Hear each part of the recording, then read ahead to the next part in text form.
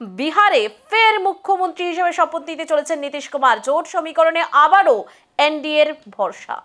বিহারের রাজনীতিতে বারবার পাল্টে যাওয়া জোট সমীকরণের মধ্যেও ক্ষমতায় টিকে থাকার ক্ষেত্রে অন্যতম মুখ নীতিশ কুমার। জেডিইউ প্রধান এই নেতা পঞ্চমবারের মতো বিহারের মুখ্যমন্ত্রী হিসেবে শপথ নিতে চলেছেন। এনডিএ জোট এবারও রাজ্যে সংখ্যাগরিষ্ঠতা পেতে চলেছে। নীতিশ কুমার বিহারের ইতিহাসে দীর্ঘতম সময় পদে থাকা মুখ্যমন্ত্রীদের মধ্যে অন্যতম। বিভিন্ন সময়ে মোট 9 বার ভিন্ন রাজনৈতিক সমীকরণে সরকার গঠনে শপথ নিয়েছেন তিনি। রাজনৈতিক বিশেষজ্ঞদের মতে বারবার পরিস্থিতি বদলেও রাজনীতিতে নিজেকে প্রাসঙ্গিক রাখার ক্ষমতাই নীতিশকে আলাদা করে। 1951 সালের 1 মার্চ পাটনার কাছে বখতিয়ারপুরে জন্ম নীতিশের। বাবা ছিলেন আয়ুর্বেদিক চিকিৎসক ও স্বাধীনতা সংগ্রামী।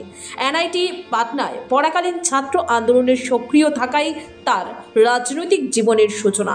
জয়প্রকাশ নারায়ণ আন্দোলনের সময় উঠে আসা নেতৃত্বের সঙ্গেই তার প্রথম পরিচয়। 1985 সাল হারনৌট আসন থেকে প্রথমবার বিধায়ক হন তিনি। 1990-এর দশকে জর্জ ফার্নান্ডেজের সঙ্গে সমতা পার্টি গঠন করে পরে যা জেডিইউতে মিশে যায়।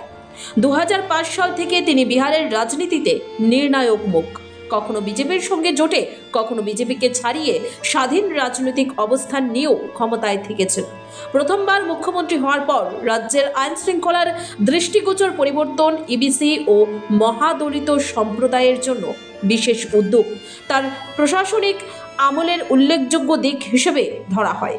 2013 সালের বিজেপির সঙ্গে সম্পর্ক ছিন্ন করলেও 1 বছর পর লোকসভায় খারাপ ফলাফলের দায় কাঁধে নিয়ে ক্ষমতা ছাড়েন তিনি।